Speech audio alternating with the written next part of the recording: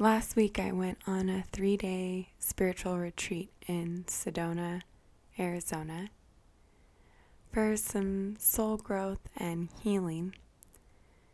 And it was incredible, but it was also intense. And it's been hard to come back to regular everyday life after that experience. So this week when I tried to sit down repeatedly and record Wednesday's solo episode, I struggled. I just couldn't find the words because my mind was still processing everything that I'd learned over the weekend. And so today's episode deviates a bit from the routine because it's not a solo episode, it's an interview that I recorded with a grieving mom. And I'm telling my little perfectionist heart that it's okay that I had to make an adjustment this week because life happens and we're not robots. We're all just doing the best that we can each day. And today's interview touches on that topic, discussing grief processing and grief support. And at the end of the interview, she recounts an incredible experience that she had with a medium and her son who came through in front of an audience of 800 people. So I'm going to let her introduce herself and we'll get started with the show.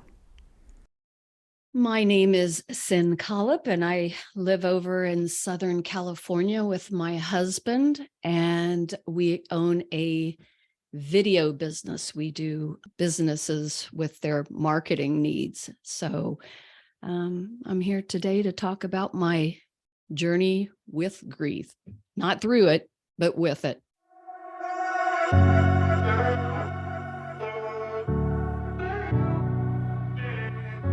Welcome to the Selfish Griever podcast. I'm the host, Whitney. This is a podcast for grieving parents looking for spiritual support on their grief journey as they find their purpose after loss. We're a community for grievers discussing all aspects of the grief journey, connecting with your deceased child, and spirituality. I've been a grieving mom since June 2020 when my firstborn twin son, Orion, died in an accident when he was 2 years old. Here on this podcast, you'll hear interviews with grievers on similar paths and experts in spirituality. Welcome to the Selfish Griever community.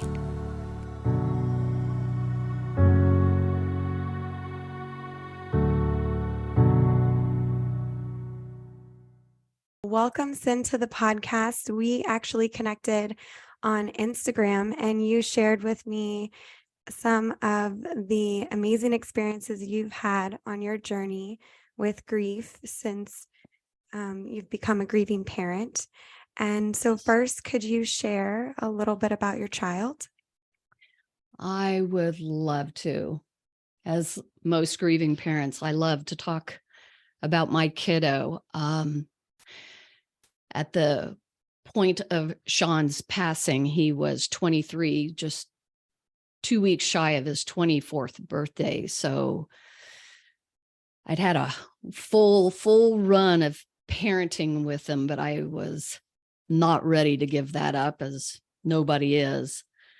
But I think it's important to note that Sean was a one and only. So mine and my husband Chris's journey with grief is not harder, but it is certainly unique because he was a one and only. So the hole that's left there is huge. I always said that, we were like the three-legged stool. And so when one of those legs is apparently missing, you are so off balance. And it's like, where do you put that?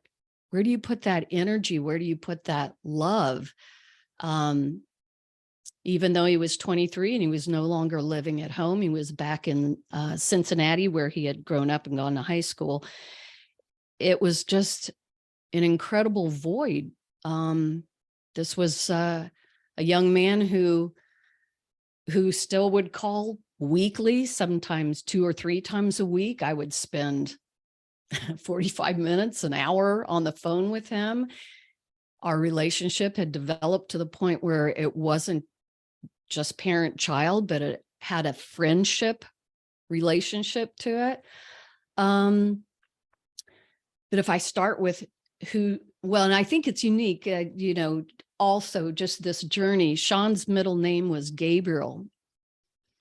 And the reason, I'm not religious in the formal, organized aspect of that, but I named him Gabriel because we had tried for years to get pregnant, like about 8 years. And we'd finally gotten to a point where we just didn't think it was going to happen. And we needed to make a decision whether we go through other means or just say that's not what's in the cards for us. But 2 weeks shy of I was 39 years old, and it was right after I turned 39, I found out I was pregnant. So I had Sean right before my 40th birthday.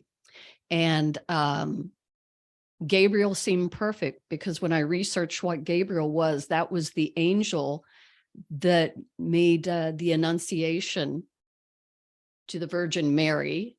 And he also to the older woman, Elizabeth, that she was going to give birth. So I thought, well, how perfect that I'm going on 40 years old. And this is what finally pops into my life. So yeah, he was an incredible kid, full of energy, all boy, natural athlete, lover of animals. His passion at a young age developed into music.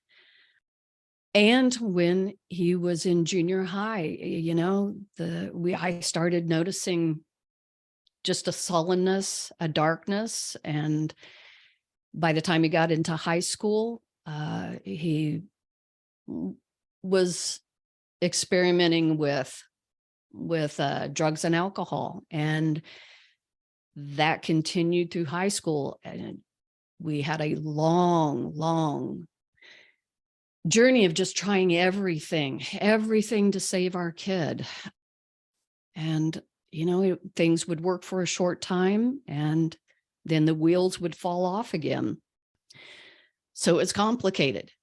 He was everything, and he was complicated, and he was a full human being with his own opinions, and very much I'm going to do it my way kind of kid, which I have to honor. And it was torture for a parent because it truly became a place where we're just observing it. We can't make him not do things that are going to harm him. And it was very clear he was self-medicating. It wasn't necessarily for partying. It truly was medicating depression and anxiety. So we went through the ringer, and it was like anybody who's been through that with a family member, it was chaotic and harmful to our relationships. And I think if I can go through the full arc, though, he had moved in with us out here in California because he wanted to get clean. It wasn't very long after he moved out here that he got back involved in the drugs and alcohol again. So after 2 years, we said, this is not going to work. It's detrimental to all of us. So he moved back to Cincinnati, and those 2 years that he was back in Cincinnati before he passed was amazing in terms of the turnaround. Our relationships healed. He had gotten to a point where he was like, I don't want anything from you and Dad anymore. You guys have done everything. You've done everything. And I'll do this on my own. And, he had a job. He was paying his own way, but he wasn't holding anybody's feet to the fire for what his problems were. He had finally just taken responsibility and owned that this was his to solve. And ultimately, I know you don't ask for what their passing was from, but Sean was a victim, so to speak, of the fentanyl crisis. It was fentanyl poisoning. Had he been getting what he thought he was going to ingest, he'd still be here. So we had, I got the call from the hospital in Cincinnati, and we were there a day later. We had 2 days in the hospital with Sean. He never regained consciousness. I'm so grateful for those 2 days. I can tell you that I'm very clear when I walked in that room that Sean was no longer in his body. I sensed his presence, but I knew that he was no longer his body. So in 2 days' time, his condition worsened, and they were very clear there was nothing they could do. Organs were shutting down, and we had to make that excruciating decision that no parent wants to make. But we were able to hold his hand, and my husband had his hand over Sean's heart, and we watched him slip away. And my greatest pleading to the doctors and nurse was, just don't let him suffer. Just don't let him suffer. And I can tell you, it was so easy. And I thought, my God, from how I know Sean was struggling those last few years, that for him to release that body was probably one of the easiest things that had happened to him in the last few years. Excruciating for us as parents, but it was easy for him. And with that, the shock set in, and our journey began. Wow. I mean, tears like come to my eyes listening to that story. And Oh. how long ago did he pass away? So I haven't hit the 1.5 year mark. I'm pretty early in this. Yeah, and for me, I think for my husband, the 2nd year has probably gotten a little easier. For me, I've seen it in a lot of ways be harder, again, because of the shock. And you know, there's something about when your child's not living with you anymore, that it's easy to kind of delude yourself of maybe this isn't real. And I think I had a little bit of that going on, like, you know, yeah, because we had the plans were, it was in September when this happened. We'd already bought the plane tickets. He was coming out to California to spend Christmas with us. And there was already so many plans in motion. So yeah, 1.5 years. I do say that I feel fortunate that when I'm in my 60s now, and I feel fortunate that way back when in my 20s, I was already investigating spirituality. I had a boyfriend at the time that was into Zen Buddhism, and having been brought up not in a religious way, I was kind of like a blank slate. And that's where I went to, was reading all about spirituality and totally believing in it. But it is that whole shift from, it's one thing to believe things when there's nothing at stake. And then when you have a significant passing of a child, it's like, okay, that's what I believe, but what do I know? So my search has been to turn that believing into knowing as much as I can, So I was often running with reading books. I've got a stack of books if I pile them one on top of the other, they'd probably be up to me, to my head. And just digging in deep. And I'm glad. I know a lot of parents, reading is the last thing that they can do. That was my refuge. That's where I found the most solace. Yeah, was just investigating and digging deeper into this world of afterlife. Yeah, I can completely resonate with that feeling of not just believing or pondering it anymore, but needing to know, needing to find out what like really spoke true to my heart and soul after Orion died. And I mean, wow, only a year and a half out. That's no time at all. I mean, I didn't realize that you were so early in your grief journey, and for you to be here speaking is just it's astounding. I couldn't have done anything like this at a year and a half out, and I didn't have any spiritual background to support me, so I spent that time, at a year and a half, I was really still learning and researching and reading. I've always been a big reader in my life. Yeah. And now I think that's something that I was meant to be that way, because so much of the information that I learned and researched is not really readily available on the internet, because a lot of it is stuff that's written, decades ago in some cases. And Yes. so it's not as prevalent, but it's very valid.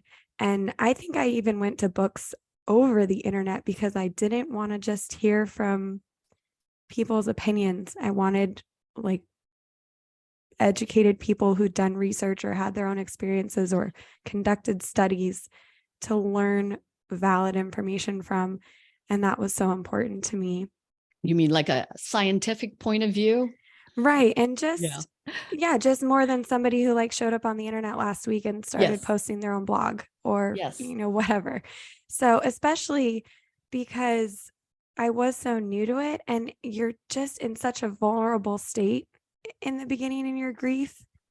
Right. I really guarded from just consuming any old content. Like I was very, very specific and intentional. Totally agree. The last thing, I mean, I recognized I was vulnerable, but the last thing I wanted was to be duped. And so I had my radar up while I was reading too. Does this feel true? And like you, many of the books that resonated with me were from doctors and scientists and people who had worked in hospice and the ER room, and had really been there and had no reason to try to candy coat it, and in fact could be vulnerable themselves in terms of their careers. So I wanted the full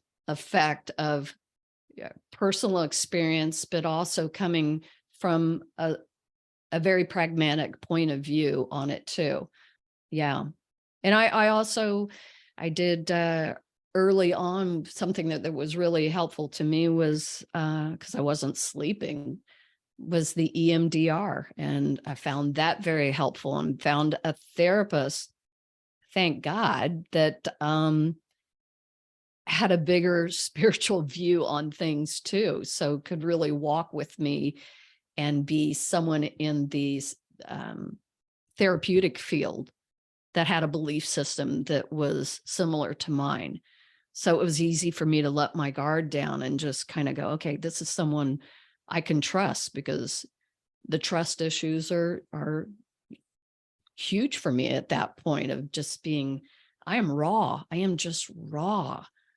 So, and it's like, I'm here and I'm talking and I'm okay right this minute. But last week, a couple weeks ago, I had a major trigger where friends of ours, their son passed. And so that brought up all those emotions again.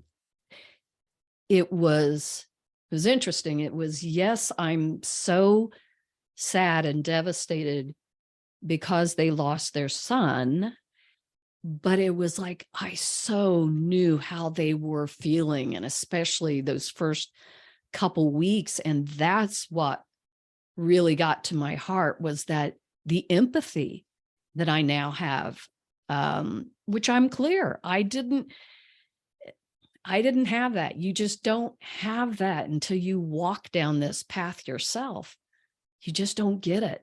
People just don't get it. That's why I'm so glad that more and more people are speaking out of, like, this is what people who are in grief need. Don't run away. Don't disappear from them. Reach out, because they don't have the bandwidth to do it themselves. They can, initially I felt like my thing was I was just focusing on trying to breathe, just breathe, just make it through the day. So I didn't have the bandwidth to reach out to people. So I was fortunate to have, especially a couple friends that just, although they hadn't experienced it, they could step into that space and witness my grief. They didn't have to fix it. They knew they couldn't, but just be there, which is ultimately what I wanted.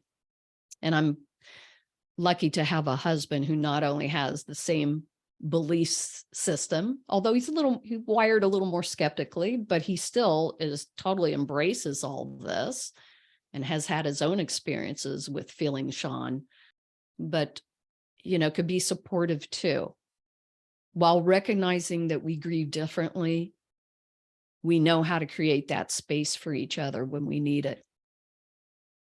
Yeah, that's so important. And for supporting your friends who recently lost their son, do you feel like it was easier now for you to understand how to support them, or was your such close recognition of what they're going through kind of paralyze you in being able to support them, because it's just so hard and there is nothing you can say or do that's going to fix it and take that pain away? No, I can empathize. And this is like really fresh. And this happened to their son out of the town in a different part of the state, so that they haven't been here. But right from the get-go, here's a card and here's writing down all my thoughts and feelings, and I'll be reaching out to you. And knowing that, from the way I understand it, is not offering advice, but that I can be a resource if you want that, and being conscious of checking in of, would this feel right for you? And then not having any attachment personally, whether it does or doesn't, because, at this point, I'm not really clear what her belief systems are. So I'd never push that on somebody.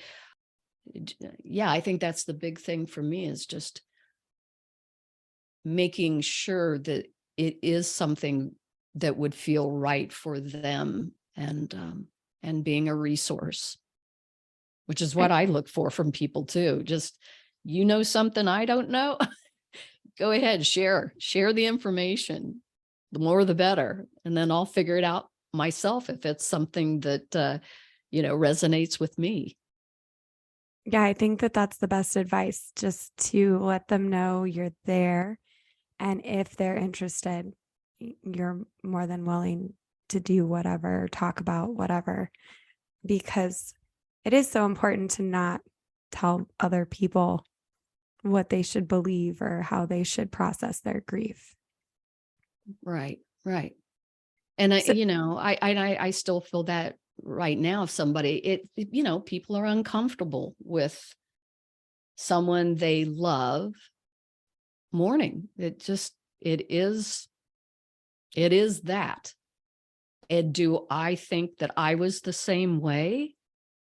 Yes, I think I was probably the same way. I hope I had a little more sensitivity, and that I would step in, and offer my support. But, I've definitely been on the receiving end of family just kind of disappearing, and that collateral loss, I'm putting loss in air quotes, is very hurtful. It just makes the grieving process so much more painful to feel like people you thought would be there, people you thought would reach out, don't.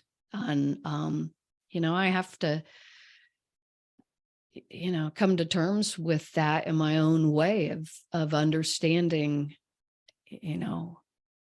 is there a part of that that reflects how I might have been? I don't know because I'm the one it happened to. I'm the one that had the child pass. So, but I do know it is painful when people run for the hills when you need them most. Yeah. Do you feel like your perspective from a spirituality point of view impacts at all how you process that secondary loss, that grief of those people not showing up for you? Hmm. Well, I guess initially I would say I was just more in the moment of I'm hurt. Didn't really go to anger as much as I'm just hurt.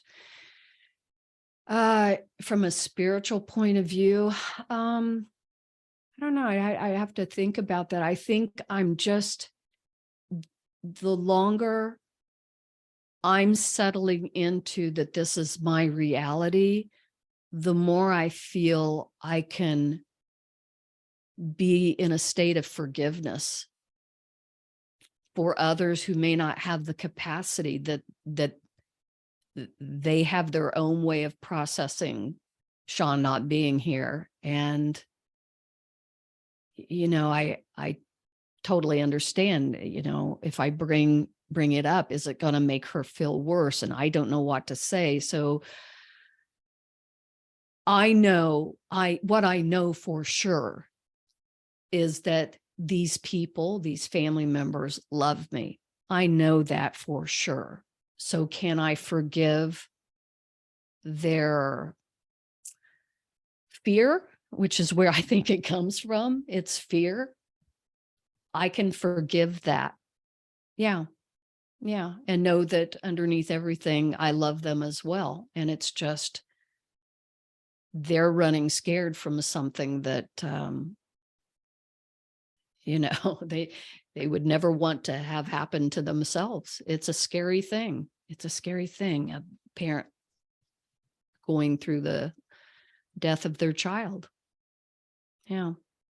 Yeah, it sounds like what you're saying is that the empathy you have that's increased since your son's passing is not only applicable to grieving parents that you so strongly identify with, but even with the support system that's struggling themselves. And I think that that's so beautiful because I've met too many parents who get angry and then cling on to that. And it's not healthy. And for some of them, it ruins a lot of their life because they can't move past that somebody they wanted to be there for them couldn't in the end. And it's also kind of like what you said about control. You can't control how somebody else is going to show up or what they're going to do. And you have to, at some point, accept that and let go because otherwise it's to your detriment. So It totally doesn't serve you. It doesn't, it wouldn't serve me. And I'm not a saint. What I know for sure is that underneath anger is always hurt. So I bypassed the anger and I just went to hurt about it. But the one thing, the overarching thing that I came away with Sean's death is it's all about love. It's all about love. And I have to recognize that even in the people that are uncomfortable or fearful, and to know they're afraid. They're afraid, and it's unfortunate. And I guess if I've learned something from it is it's okay to step into that discomfort. Don't let that hold you back. You might say the wrong thing. You might do the wrong thing, but you just show up. You still show up. And then you can always, I did that wrong. Let me try again. And it's a learning process, isn't it? For all of us. It's a learning process for me, how to be in grief. It's a learning process for my friends and family. How do they show up for a person who's grieving? So we're all just, there's no, for me, there's no right or wrong on this path. I'm doing the best I can with what's been dealt to me in this lifetime. So for them too, I think they're doing the best they can. And unfortunately, it means letting the fear and the discomfort be in first position. Yeah. And for you, when you say showing up, do you think there's a difference between showing up by like trying to find the right words to say, or showing up with physical actions to support a griever? I think it's both. I mean, my family lives in another state. So I think just somebody calling and saying 3 simple words. How are you? How are you? Don't talk to me about the weather in another part of the country, because the grief journey keeps going. It's not like, oh, you've been doing that for 6 months. I want people to be, like they say, witnessing. This is the evolution of who I am, because I don't recognize who I am. I'm different. I'm different. So you're checking in to see, what does that look like and where are you now? And it goes backwards and forwards and up and down, and it's a roller coaster. And I don't mean to imply that you can't talk about anything else, but I would say something that is a little wacky to me. When you're so consumed early on about what's just happened, the bomb that's gone off in your world, and people want to talk about all these other subjects that you don't give a flying what about it. They're not relevant. They don't mean anything. And so it's like your world's kind of off balance, because they're wanting to talk about anything but the elephant in the room. So, showing up is just, how are you? How are you today? And then I think let that person, the griever, set the tone. What do you need to talk about? And the next day it could be the weather, who knows, but let them set the tone for it. Yeah, I think in the whole evolution of the grief journey, you're so right. In the beginning, all you're thinking about all the time almost is your deceased child, and trying to process and figure out. Your whole world's tilted. Of course, you're not thinking about anything but, how are you going to move forward now? And so there may be a long season of that's all you want to talk about with somebody is your deceased child. But I have to say, a good friend of mine, we managed to continue our friendship after Orion died. And Orion was 2 years, I think about 6 months, almost exactly, when he passed away. And she has a son that was born after Orion died. And when his second birthday happened, she was really courageous and said to me that her and her husband had this conversation about they couldn't imagine if they only had 6 months left with their son. And Mm, it was so powerful because, for one, it reminded me that other people are thinking about Orion. He didn't like disappear. And for two, there's really very few things that mean more to me than somebody else saying how much they now appreciate their time, their experiences with their own children, because they know from my experience that it's not guaranteed. But right.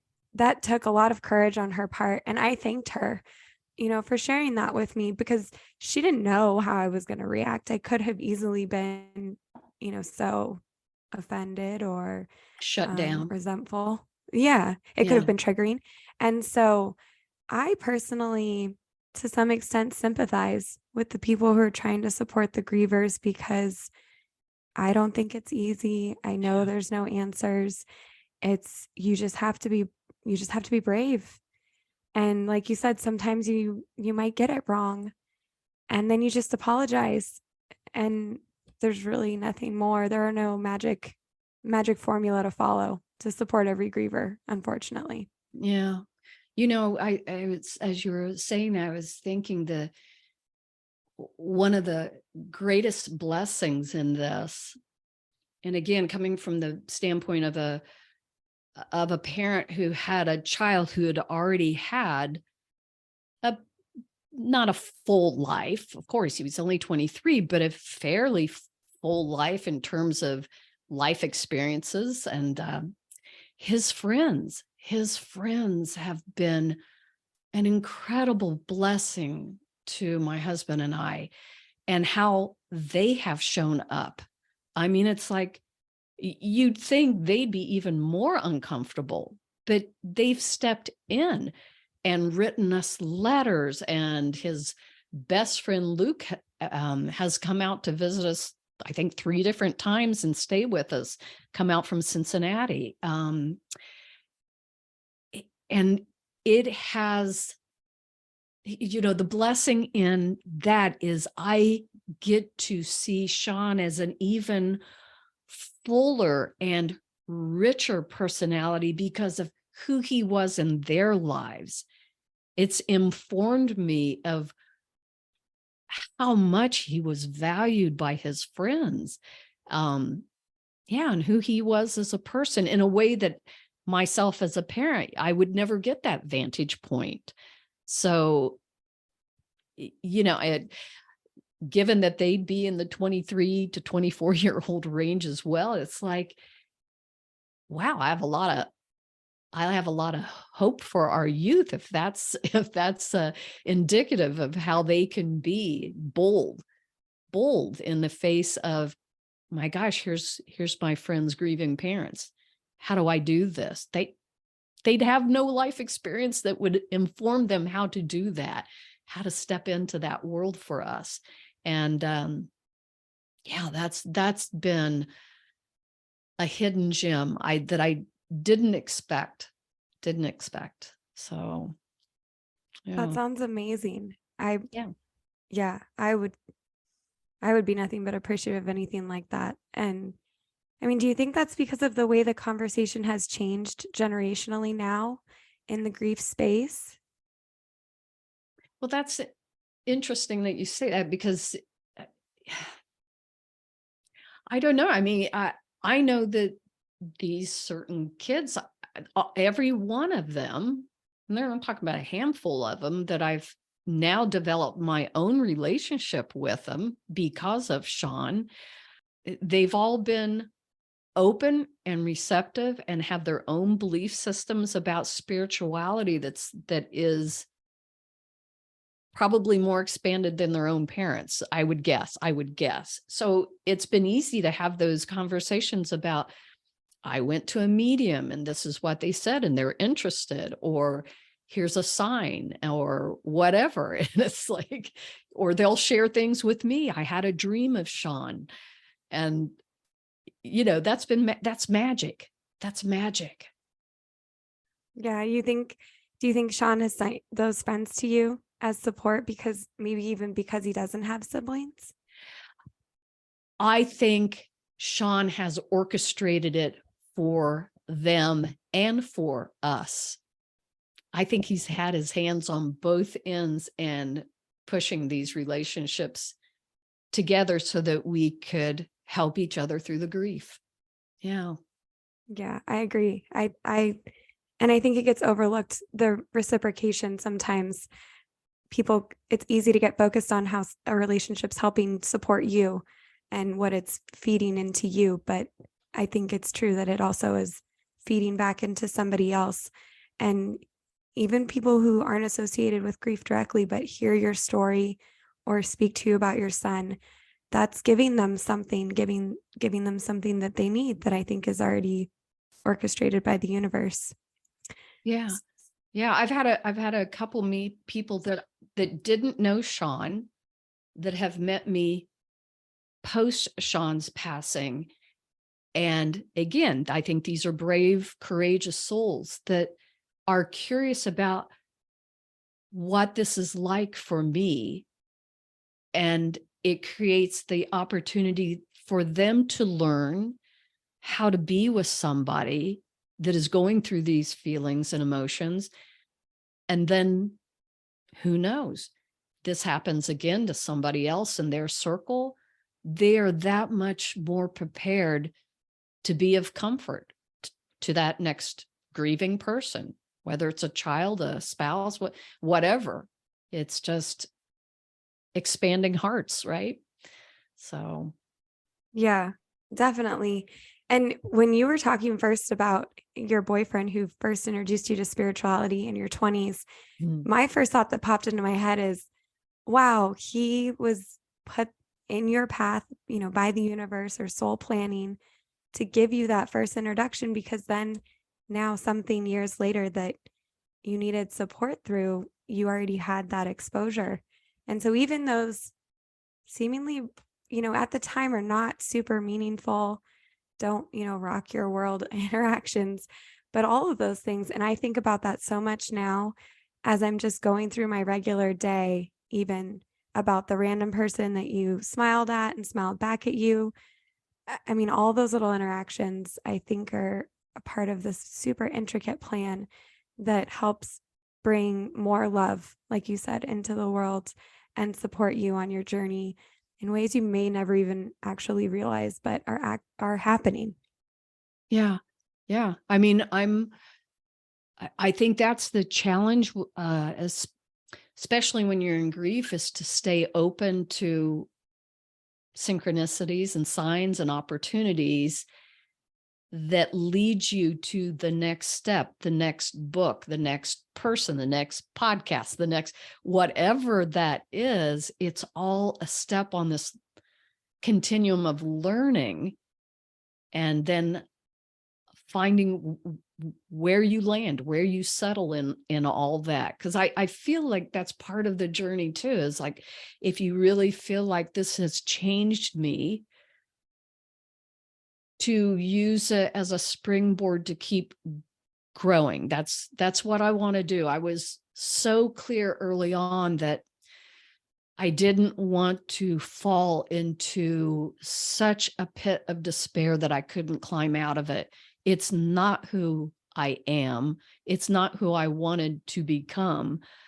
So I'm just on this path of learning. And then, just like you've found a niche for yourself where you're providing hope and inspiration to others through your podcasts and Instagram. I'm trying to find my niche. Where does that land? And I think the avenue to that is staying open. That if something, falls into my sight line, that's an indication, check it out. Go ahead, check it out. Because what have you got to lose, so to speak.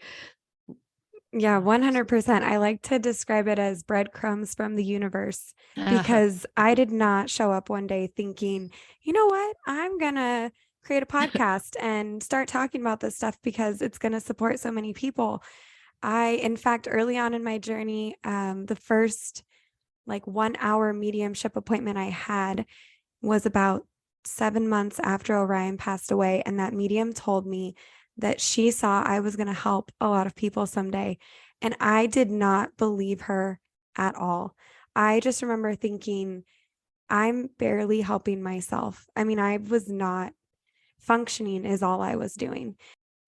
I think the best journeys are the ones that happen when you're just following to the next breadcrumb. Like you said, the random thing that comes across your path and you follow that. And then just little step by step. And all of a sudden you look up and you realize where you've ended up and on a path that you never set an intention for, but it's, you end up where you're meant to be. Yeah. And so, and the free will that comes into that is you deciding whether or not to follow those breadcrumbs. Exactly. I just yesterday had a text exchange with a girlfriend of mine who I've never met in person. It's again that whole community that's out there that you know people online now. And she was from a grief group that I'm in. It's about connecting with your loved ones. And she was saying she was disappointed. She'd gone to not a medium. She actually works with angels. And she was disappointed because she feels so lost right now. She's about this a year and a half, about like me. I thought, for me, my text back to her was all about you've got to just trust the process. You can't push it. You've just got to trust and let it unfold. And like you said, you see the breadcrumbs, and then it's your choice. Do you follow it or do you not? But the more you remain open to those things, the more discoveries are out there for you that's going to help you figure out where's the next step, what path do I go down now? But you can't force it. But the waiting game, when you feel lost, when you feel like, I don't know what I'm supposed to be doing, I don't recognize who I am anymore. The waiting is the uncomfortable part. How do you just sit with that? I think it's a path of discovery. And that's what I'm trying to do, is not get anxious, not get impatient with it. Just go, keep your eyes open, just keep watching, and something's going to show up. Trust that the universe is going to serve it up. And then, like you said, it's up to you to take a hold of that and run with it. If it feels right for you. Yes. I think the things you're meant to do feel right. And it is an absolute trust muscle. And there is no fast forward button. I definitely would find information or a book or something that really supported me and helped me have a new perspective and move a little bit forward on my grief journey. And then a trigger would hit, or a lull. I would have tons of peaks and valleys, and the valleys could be really frustrating. And I would try and, maybe fight, like, why is this happening? I was just at a peak.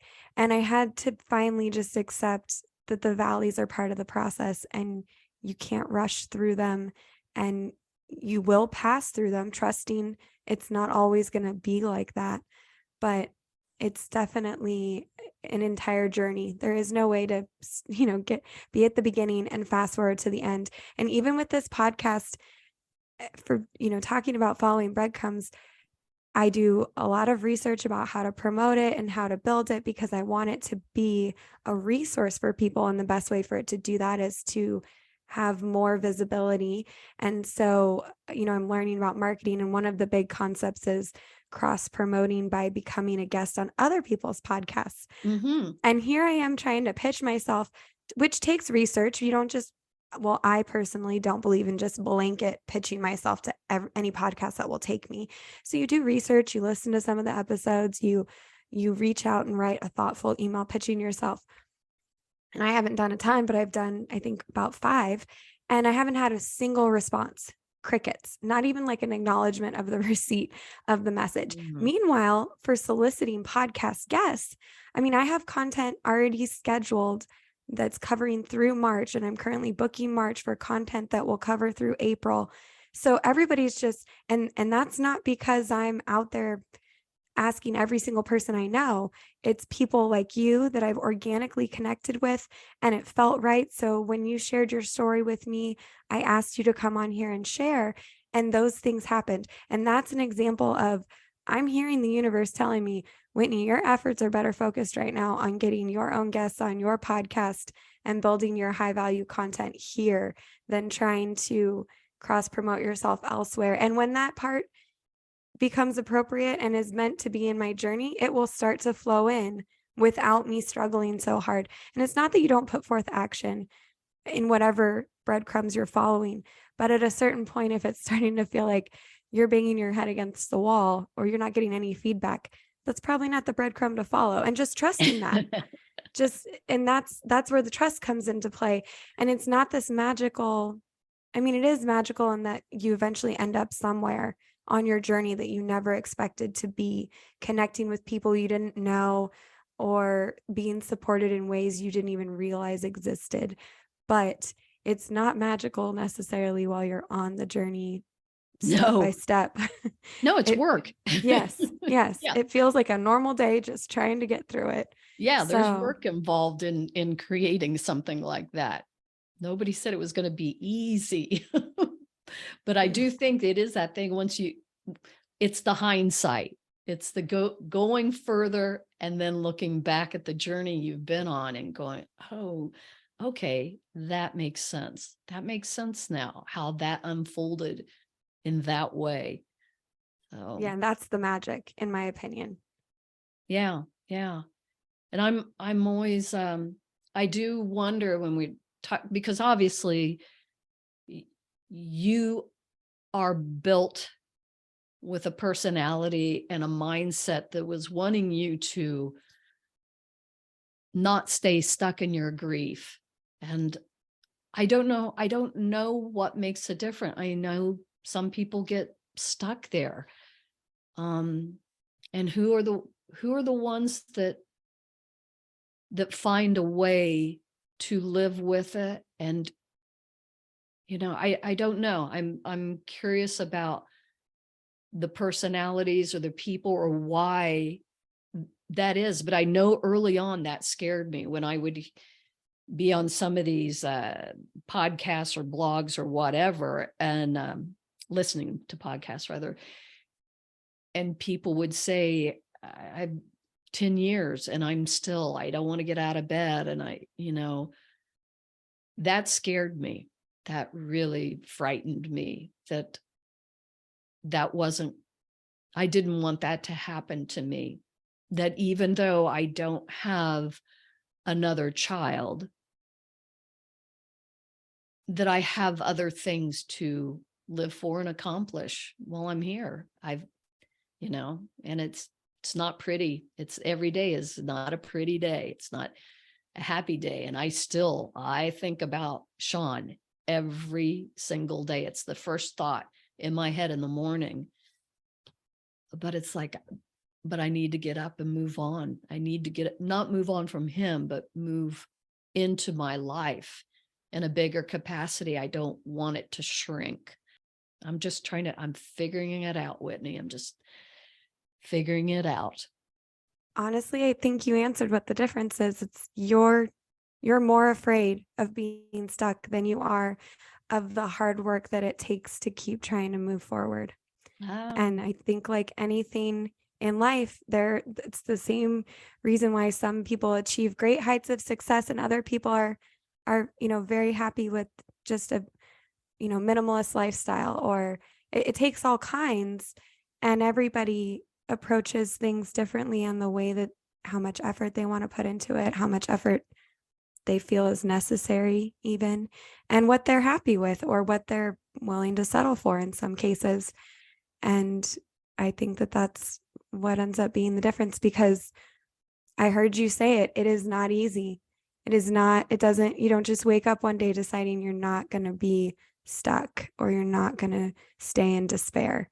It takes that decision first and then a lot of future decisions to keep moving forward that way. Absolutely.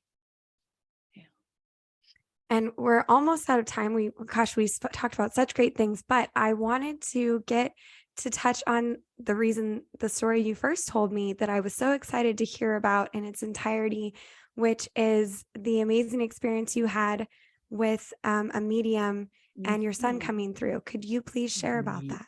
Absolutely. So I'm part of HPH, which is Helping Parents Heal, started by a woman who probably about 10, 11 years ago, grief group for parents. And their focus really is on believing in a larger spiritual realm and an afterlife. And it's just been an amazing resource for me. Every 2 years, they have a conference. And this one happened to be last year, which again, at that point, I wasn't even a year. It was last August. 900 people at this conference, and glorious. I mean, again, we're talking about the doctors in the operating room and mediums and just all sorts of resources and experts in the field of parapsychology or afterlife studies. I do want to say the hardest thing was when you first get there, you go to a table and you have, prior to the conference, sent in a picture of your child. And so you have a button with their picture on it that you wear. I'm telling you, Whitney, that was the hardest thing going in there. The last thing I wanted was to see Sean's face there. I learned to love it and embrace it, but it's that another smack of, this is reality, the group that you don't want to be a part of. Anyway, during one of the sessions, it was a medium. Her name's Farrah Gibson. She's based out of Phoenix. And she was up in front of the main auditorium and she was talking a little bit about herself. And there was probably about 800 parents in there. And she's done a couple little readings after she talked about her process and how she came to being a medium. And all of a sudden she kind of walks over towards our side of the auditorium. And, she's talking up to her right and said, "What is it with these crazy socks?" She's dropping a couple F-bombs with it. And, what is it with these crazy socks? Well, Chris and I look at each other because that's what Sean always used to do. He'd wear these weird socks and I used to buy him all these, different character socks and stuff. Farrah's saying, and sometimes he wears different ones on each foot. Totally, Sean. And then he'd roll up his pants legs to even show off. It's like there's pizza slices on one and shamrocks on the whatever. And so she's like, "I know I'm in this section of the room." And she's right over, like close to in front of us. We're about, 10 rows back. And Chris and I, kind of raise up our hands and she goes, "And you used to wear them." Well, I had bought Chris some of those socks too. And so, yes, they both had those, and they both had matching pelicans, which is their, quote unquote spirit animal for Sean and Chris. And she had us stand up, and I'm telling you, the whole thing was probably about 10 minutes long, but every single thing she said was a hit and had the audience laughing because it was so joyful. It was talking about Chris, how we just took down like a deck, and we had probably about a month or so before, and how Chris had messed up part of it. He had messed up part of it. He was pouring polyurethane and ran out and then had to do a second batch. And so the two never matched up. And it's like he essentially ruined it. About Sean playing guitar and being in loving music, and how Chris never could figure out how to play the bar chords. Exactly right. That's where Chris gave up. He couldn't play the stinking bar chords. It was hilarious and comical. Talking about me planting flowers at the base of the deck, and there's 2 steps up to it. And yes, yes, yes, yes. Everything was a yes. And it was so affirmative and validating. We were gobsmacked by it. But what was so amazingly powerful about it was, for the next 2 days, how many people, because this was shown up on a screen, a large screen at the front of the auditorium while this reading was happening, how many parents approached us because they recognized us and told us how much that reading meant to them, because they could believe too by seeing us having all those validations. That was part of the magic. Yeah, I would say it was the strongest connection that we've had to Sean, and we've had numerous readings now, but that, bar none, was amazing in her accuracy. And we knew her personality, Sean would have adored it, would have adored her irreverence and dropping an F-bomb here and there and spicing it up, and enough so that we've gone ahead and booked. So next month, as a matter of fact, we're going to drive over to Phoenix and have a full-on reading with Farah. And I have no doubt he'll show up again. It was beautiful and wonderful. And I've probably, oh my God, she was mentioning that we live near the ocean. She didn't know that. Oh, that he had inscribed things in wood, and we couldn't figure out what it was. We were kind of pausing and scratching our heads. And she said, in his guitar.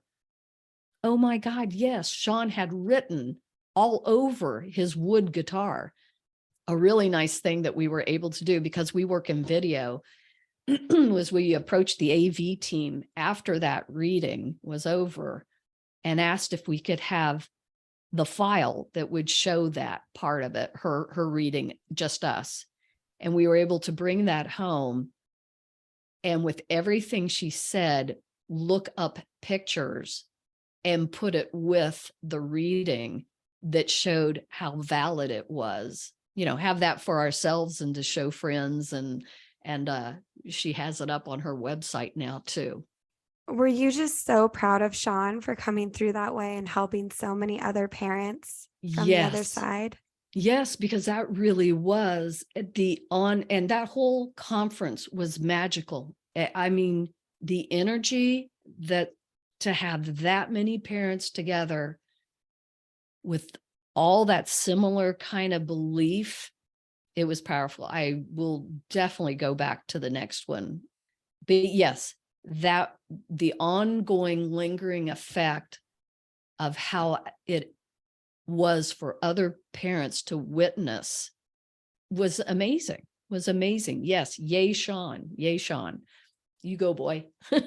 Yeah. Do it again. Really special. Do it again. Yeah. For those who are listening, I have been exposed to helping parents heal. I really believe in their mission. And I found them last March and wanted to go to their conference in August, and they were already sold out of tickets. So Yes. I will make sure and include in the show notes a link to Helping Parents Heal. It's a free resource. Like Sin said, it's created by grieving parents for grieving parents who believe in spirituality and the afterlife. I cannot recommend it highly enough. If you're looking to find out more information about this, more recommendations for certified mediums, they are an absolute great resource. And if you're considering going to their conference that will be next year in 2024, put it on your calendars early to start checking, like in January, for whenever they put their tickets on sale, because they'll be gone. It'll be be gone quick. Yeah. Yeah, which I remember when I saw that it just spoke to me, another breadcrumb. Like there are really that many other parents out there looking and wanting to know more about this. And that's why I thought a podcast would be so appropriate, because it's an unlimited attendance resource. Absolutely. So, Absolutely. Sin, I really thank you so much for coming on the podcast. I love the way these conversations just naturally evolve. So many things we talked about I had not at all expected to discuss with you. I believe the universe guides that and creates these episodes with the exact content that the listeners need to hear. So I so appreciate your support and coming on and agreeing to share your story, especially so early in your grief journey. And I wish you all the best. My pleasure. And thank you for the work you're doing. Continued success.